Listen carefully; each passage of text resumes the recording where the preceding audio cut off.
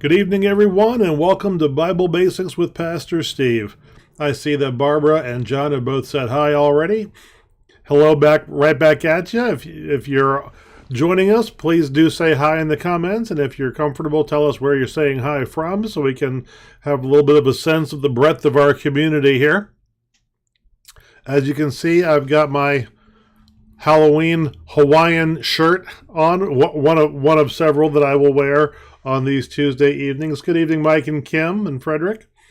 And yeah, so each Tuesday night in October, I'll be wearing a different Halloween Hawaiian shirt, except for Halloween, because Halloween, we're not going to have class because I'm going to be handing out candy, and I hope you will be too. And if you live in a place where you can't do that, I hope that you'll be able to spend time with whatever children you have access to in your family. Good evening, Roseanne. Roseanne, sorry I wasn't able to get back to you today. I was busy getting ready for tonight, but I will get back to you tomorrow. Now I said that, tomorrow morning I've got a long meeting, but I'll get back to you tomorrow afternoon. All right, for the rest of you, tonight we are going to be talking about King David, a king like no other. And we're going to be taking a look at 1 Samuel chapter 16 in just a minute. Of course, we're doing one critical Bible story at a time, one each week as we go through the Bible. Each week I send out a paraphrasing that I'm going to be using for the study for the week. And if you'd like to receive that, just shoot an email to the address you've got on the screen there. And if you haven't already liked whatever page you're watching this on, whether it's a YouTube channel or a Facebook page, please be sure to like. And if you like any of our videos in particular, share them with your friends. Good evening, Charles. Good to have you here tonight. Let's go ahead and have a word of prayer, shall we? Gracious God, may the words of my mouth and the meditations of all of our hearts be acceptable in your sight, for you alone are our rock and our Redeemer. Amen. I was a little worried that I was boring you guys to tears last week with my talk about different Bible translations, but somebody requested that I teach a class on it sometime here at Otterbein, so I'm glad that some of you did in fact find it helpful. All right, so king like no other. Let's find out what's going on. So when last we left off, Saul had been told by Samuel that he was rejected as king of Israel. Now, here we go forward with what happened next. One day the Lord said, Samuel, how long are you going to sulk over Saul? I've rejected him as king of Israel. Fill your horn with oil and get ready to leave. I'm sending you to see Jesse in Bethlehem. I've chosen one of his sons to be the next king. Samuel answered, if Saul finds out about this, he'll kill me. The Lord said, take a calf with you and tell everyone you're in Bethlehem to make a sacrifice. Then invite Jesse to the sacrifice, and I'll show you what to do. Samuel did as he was told and went to Bethlehem. The town elders shook with fear when they saw him. They asked, do you come in peace? Yes, he said, I have just come to make a sacrifice to the Lord. Go purify yourselves and get ready to worship. He also sent for Jesse and his sons. When they all gathered, Eliab drew Samuel's attention. He felt sure that this was the one the Lord had chosen. But the Lord said, you're focused on him because he's tall and handsome. People judge each other based on looks, but I judge people based on their hearts. He's not the one. Jesse had 7 sons with him, and he presented each one to Samuel. The Lord didn't pick any of them. Samuel asked, is this all the sons you got? He said, no, the youngest isn't here. He's out with the sheep. Samuel said, well, bring him in. We are not starting without him. Jesse had David brought in from the field. He was a good-looking boy. The Lord told Samuel, that's him. He's the one. Anoint him immediately. Samuel anointed David in front of his family. The Lord's Spirit filled him and stayed with him from then on. When Samuel was done, he left for Ramah. Meanwhile, the Lord's Spirit left Saul, and an evil spirit took its place. His servant said, you've been possessed by an evil spirit. Let's find a musician. When the spirit torments you, we can use the music to soothe you. Saul said, yes, do that. find a musician and bring him here. They knew that Jesse's son David could play the harp, so they sent for him. When David arrived, he and Saul bonded immediately. David became his armor bearer. Whenever Saul was possessed by the evil spirit, David would play the harp and calm him down. Then the evil spirit would leave. This is the word of the Lord. Thanks be to God. So it's interesting that David and Saul are becoming friends when we know that David is going to replace Saul. So the people had said they wanted a king like the other nations had. And that's what they got. They got that in Saul. Saul was a king like the other nations had.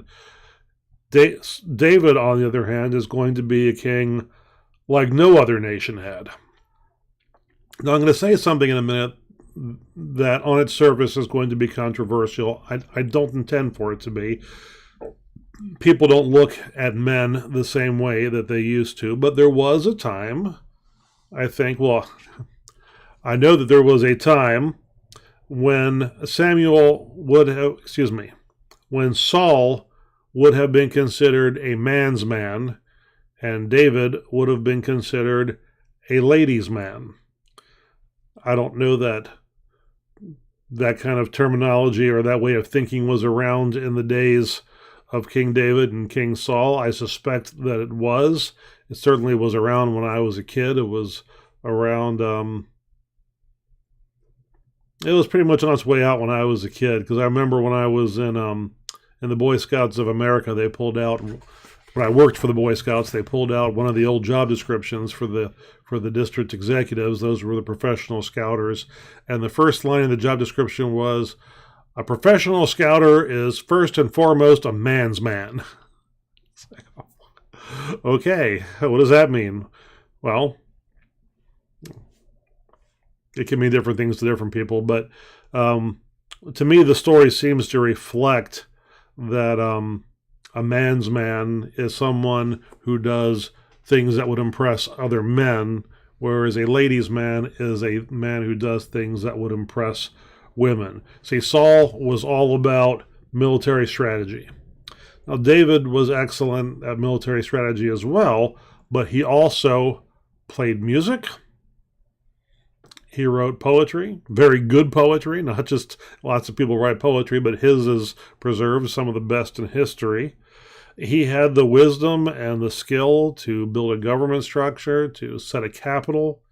He didn't just defend the nation militarily. He was involved in nation building, and he united it religiously. He was a general and an artist and an administrator. He was a leader on every front. He was a spectacular man, good in ways that wouldn't necessarily have been seen as critical traits for a king during that time period. I mean, or today. Today, do we expect our president in this country to be a spiritual leader? Do we expect him to be a spiritual person, someone who can express himself or herself artistically? I can't remember the last time any president in this country expressed themselves artistically. So yeah, David is a different kind of a person than Saul, and he's going to be a different kind of a king. I should also point out that Saul and David actually ruled different people. You see, Saul only ruled over the northern tribes of Israel, and this is this geographic area that Saul ruled over. It's not part of Israel today. It's the area that would have been considered Samaria in the New Testament. Whereas David initially only ruled over the southern tribes, which was a much smaller area that corresponds to today's Israel. In the Bible, it's called Judah. So Saul ruled over the northern tribes. When David initially becomes king, he'll be king over the southern tribes, and it will take a little while for the northern tribes to come into the fold, but they will.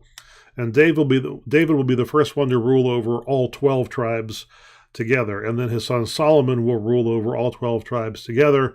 That will come to an end under Solomon's son. Solomon's son was an idiot, and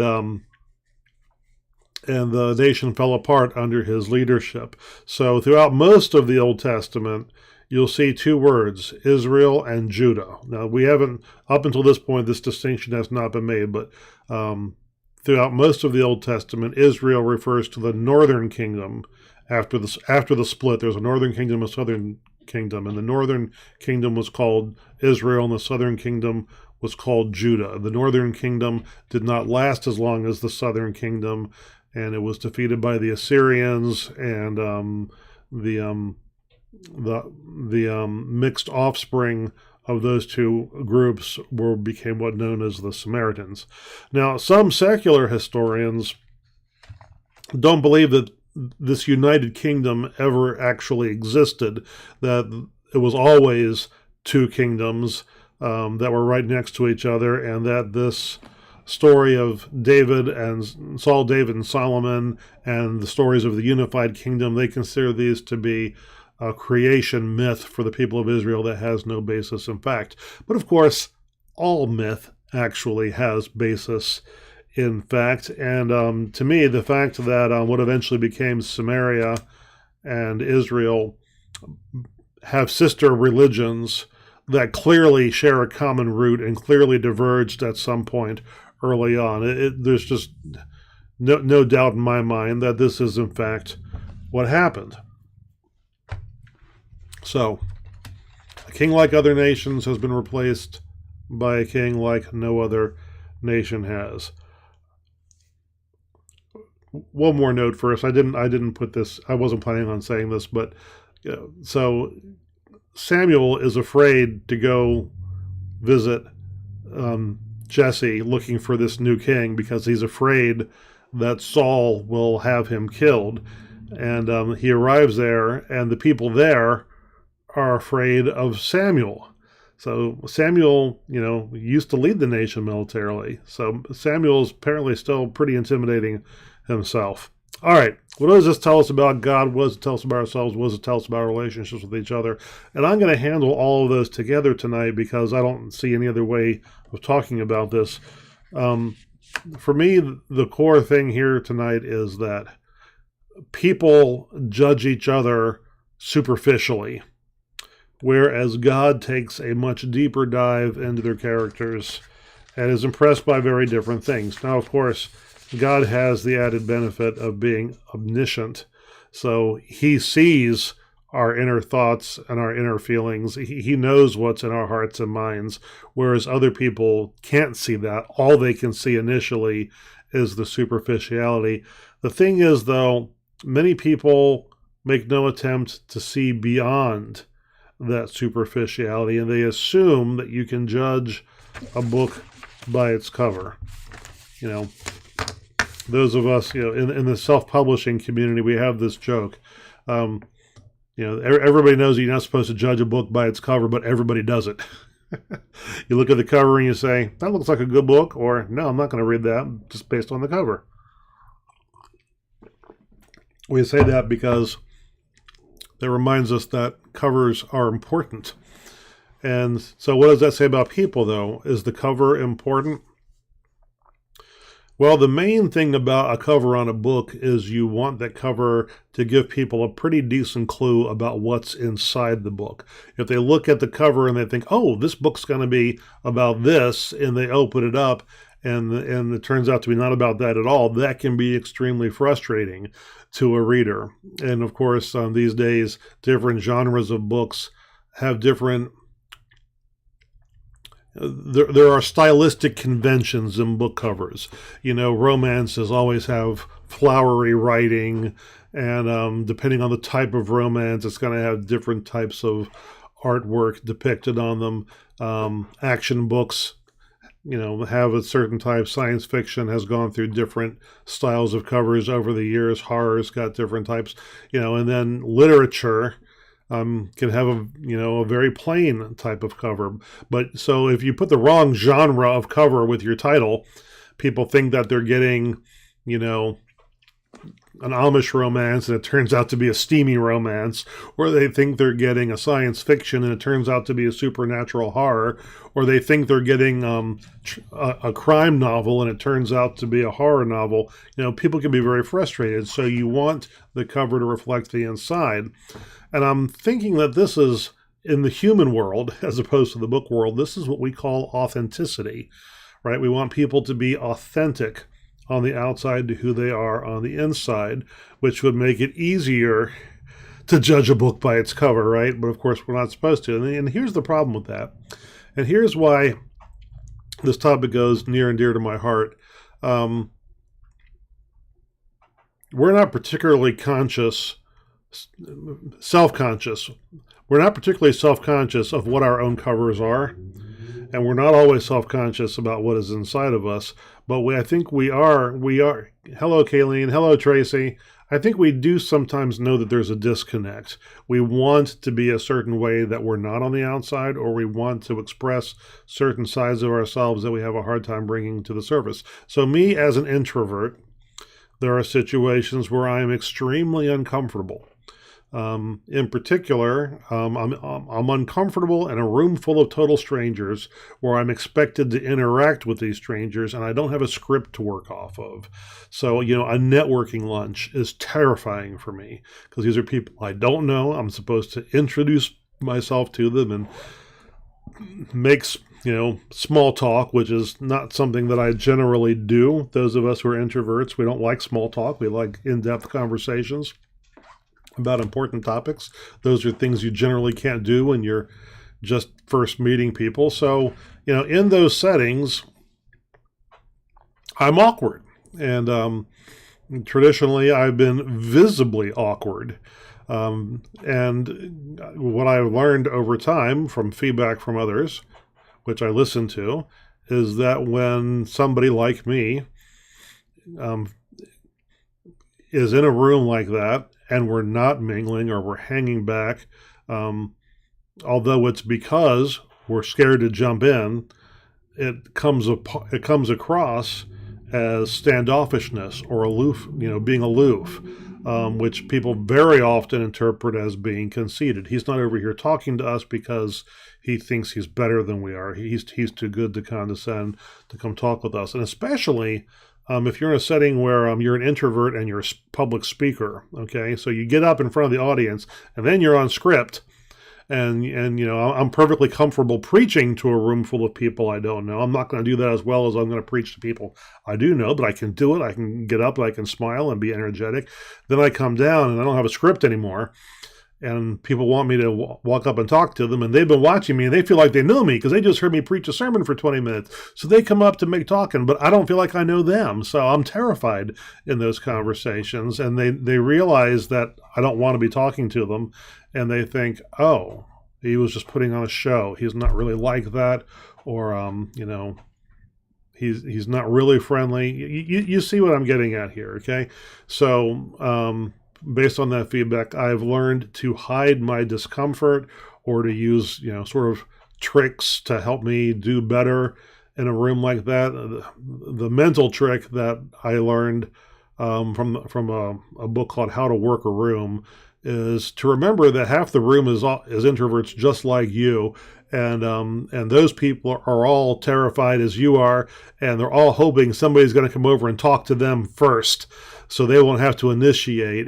So you've got a 50, when you walk up to somebody, you've got a 50-50 chance that they're just like you are, and they're going to be experiencing relief when you talk to them. That's a little helpful. But at any rate, so the bottom line is people in these situations either come off as being one way when internally they're actually something else, or they learn to put on a certain persona that allows them to get through these settings. I knew a guy in ministry early on who was very gregarious in public, like, hey, how you doing, buddy?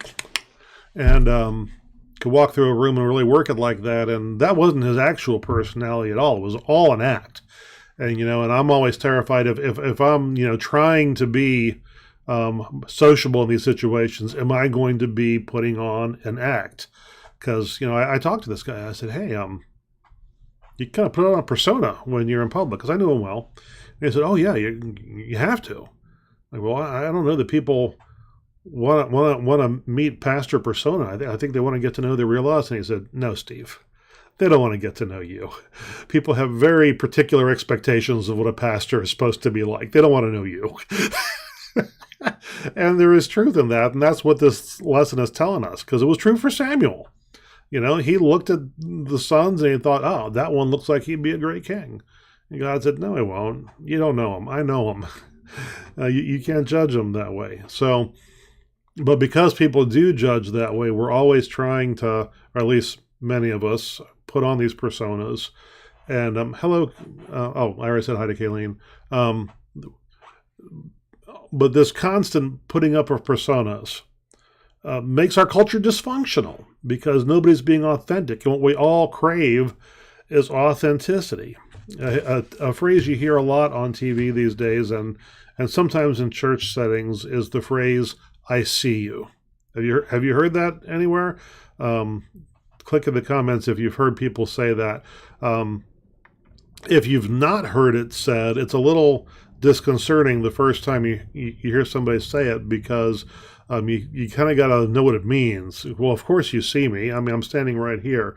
It means two things. Superficially, it means I have noticed you, and I know that people don't always notice you. So I want you to know that I do notice you.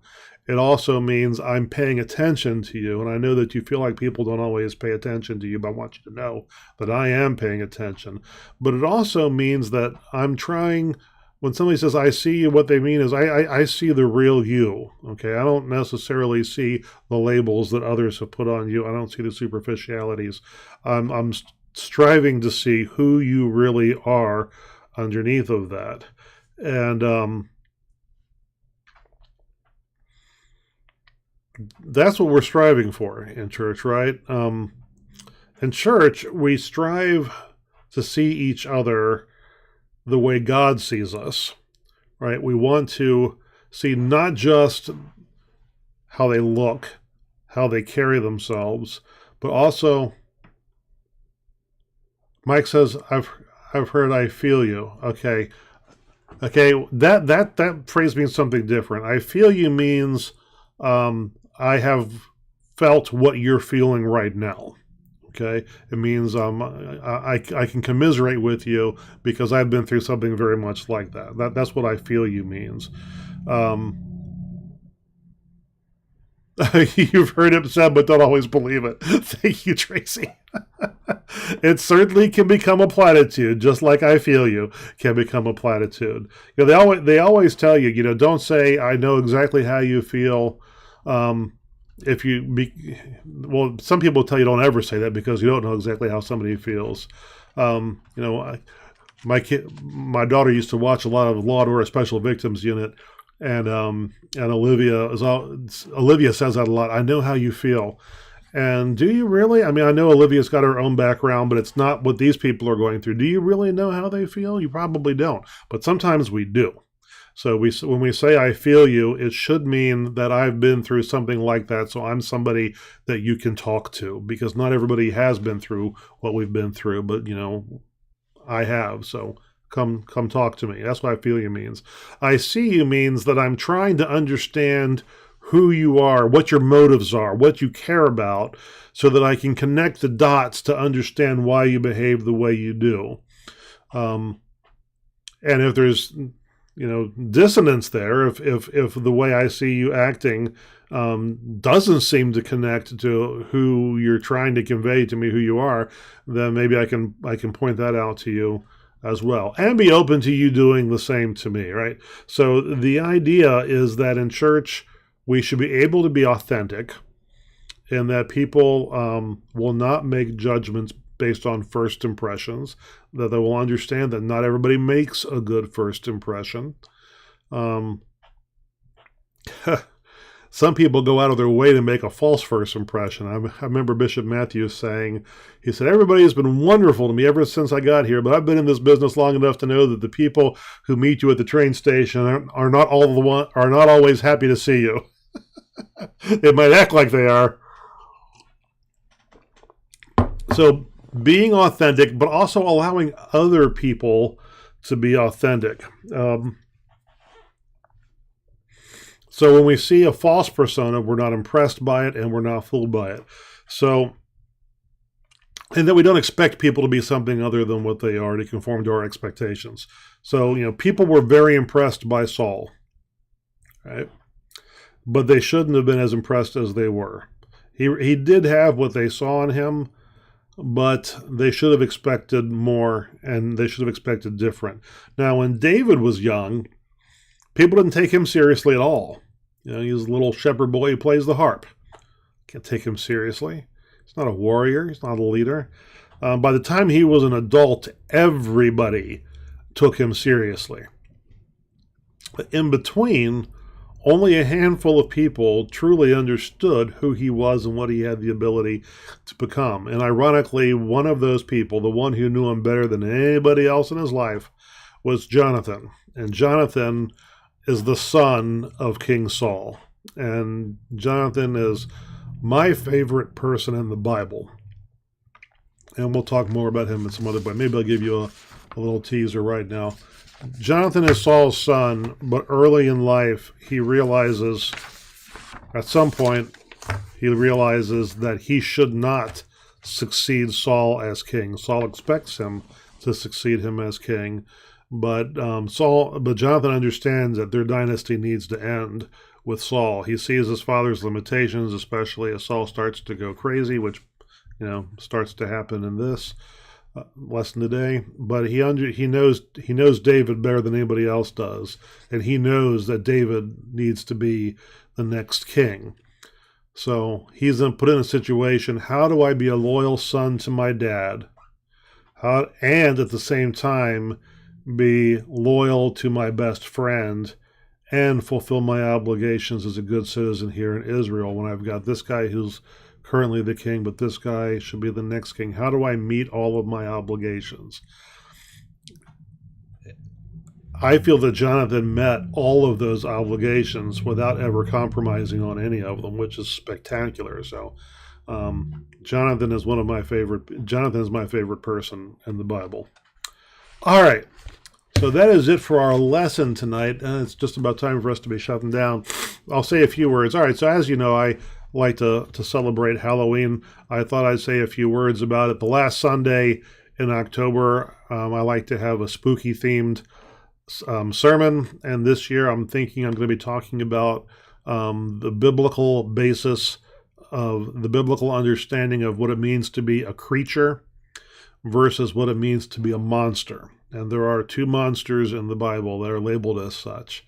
Leviathan and Behemoth. And I'm thinking I'm going to talk about the Leviathan and the Behemoth, what it means to be a creature, what it means to be a monster, and how those concepts have played out in literature, and how unfortunate it is that we've lost proper understandings of those words. But Halloween, of course, is short for All Hallows Eve. And I know that this time of year, a lot of Christians use a lot of bandwidth to say that Halloween is the devil's holiday, that it's part of ancient pagan practice, and this, that, and the other thing. And wait for the sirens to pass by here. I want to put your minds at rest. Halloween is a slang way of saying All Hallows Eve, which is the night before All Hallows, or All Saints' Day. All Saints' Day is the day in which we celebrate the lives of the saints who have died over the past year, and also the day that we celebrate the lives of the saints with a capital S, who are the heroes of the faith from ancient times. We do both of those things. And traditionally, just like Easter has a vigil the night before, that's seldom practiced anymore. In the Methodist Church, the sunrise service replaces the vigil. But there was a vigil traditionally that started on the Saturday and carried over into the Sunday, so the day of the tomb into the day of the resurrection. And All Hallows Eve sort of plays that function for All Saints' Day. So on the 1st, we're going to celebrate. On the 30th, we're going to grieve, but the idea is that there's a repentance at midnight. So it's almost like the Mardi Gras that comes before Ash Wednesday, right? So it's sort of devolved into the same type of celebration. But so part of the remembrance of those who have passed is the recognition that we are ourselves mortal. So we're not. So tomorrow we're going to celebrate the lives of the saints. Today we're going to stop and think, well, how am I going to be remembered when I die? And so there was this bonfire ritual where people would take a stone and they would write their names on the stone and they would throw it into the bonfire on All Hallows Eve. And that was a recognition that this might be my last All Hallows Eve. And there was a little bit of superstition involved in it too. The next day they would go back and see if they could find their stone in the ashes. And if they could, that was a good omen that you were going to have another year. If you couldn't find your stone, that was bad. So there was a little bit of superstition that went into it. But every tradition that we have in this country associated with All Hallows Eve, the dressing up in costumes, the carving of jack-o'-lanterns, the trick-or-treating, which is not exactly the same as the dressing up in costumes. There's two different costume traditions. One has to do with dressing up like the saints, and the other has to do with dressing up like goblins. And the jack-o'-lanterns were supposed to be like gargoyles that would keep the evil spirits away, and which was a thing in Christianity. You wanted to create a safe space in the church or the cathedral. You wanted something to stand guard against the forces of evil. And they didn't all interpret it literally. Many of them did, but many of them also interpreted it metaphorically. So that's what the jack-o'-lanterns were like. You also put one in front of your house saying, evil, stay out of my house. And so all of those rituals are come from Christian England and Scotland, 9th century. Okay, as far as we know, none of these things happened before the 9th century, and that was long after paganism was dead in the British Isles. So none of the traditions that we celebrate today on Halloween have pagan roots. Now, there was a pagan holiday that took place on November 1st called Samhain. It's often mispronounced Samhain because that's how it's spelled, but it's pronounced Samhain. Yeah, that pagan tradition did exist on November 1st, and it's possible that All Saints was put on November 1st as a competing holiday as Christianity spread into the British Isles. It could, though, just be that, most religions have holidays around the vernal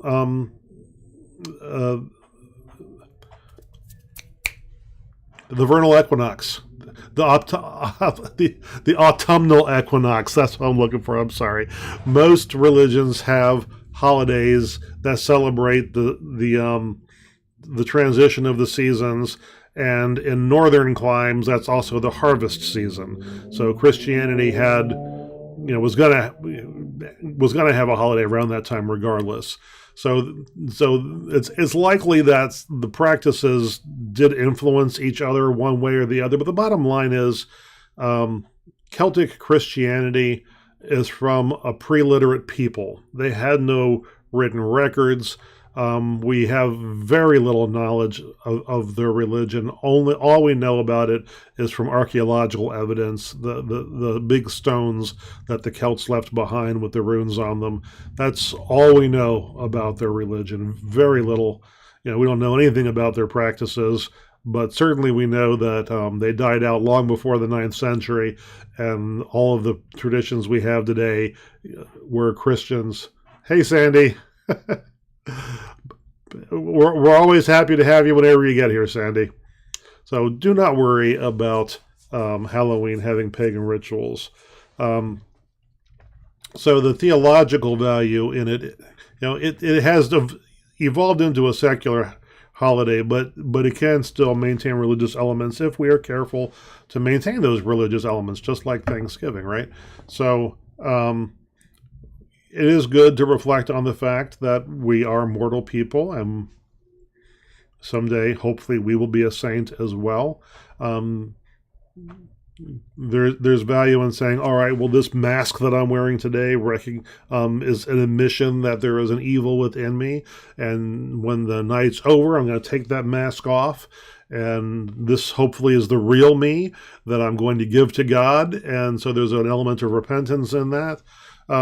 There's also, I believe it's good for us to continue to use the language of good and evil. I mean, all of this stuff, and and the horror movies that go with it, at their best, they are ritual enactments of the struggle between good and evil. They are not all. Some of the fiction today, whether it's in print or film or whatever, is getting away from the whole concept of good and evil and getting very nihilistic, and that is not good. I think it's important that we continue to maintain the notion, at least in metaphorical fiction, like with the vampires, that the cross has power to keep the evil away, and that death is normal, and we should not try to defy death by trying to extend our lives unnaturally. All of that stuff is very healthy. Plus, the idea that we all have things that we're afraid of, and fear clouds our judgment, so it's good to work through those fears when they're not immediately present. The great thing about scary movies is that they generally try to make them about things that actually scare people, and that gives us the ability to deal with those fears and to think about those fears when it's only present on the screen and not present in our actual lives. We know that nobody's really going to get hurt, so we can talk about this and think about this and decide whether or not our fears really are justified, and even if they are justified, what are we going to do with that? That's the function of all of this stuff. That's why they exist. If we get rid of them, we will be poorer culturally, but I also think, as Anthony Hopkins said in The Wolf Man, we deny the primal man at our own peril. Now, he would say you got to let the primal man off the leash. That's a bad idea. You want to keep him leashed. You might even want to starve him to death, but you got to know that he's there. You got to know that he's there. All right, that's it for tonight. Hey, it says I've only got 3 of 4 channels working. I wonder why that is. Have to see what went wrong there.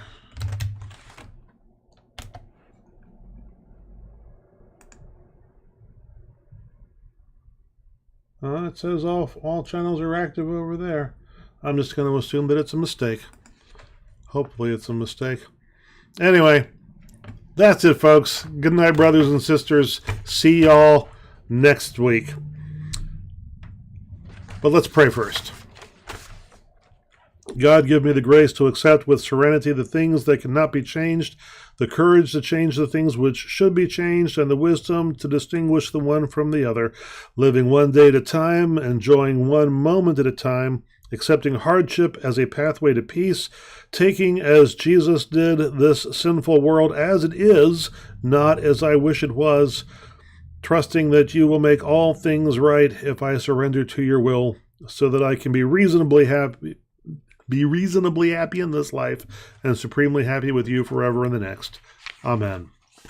All right. Oh, Facebook closed on you earlier. I wonder, most peculiar. Good night, folks.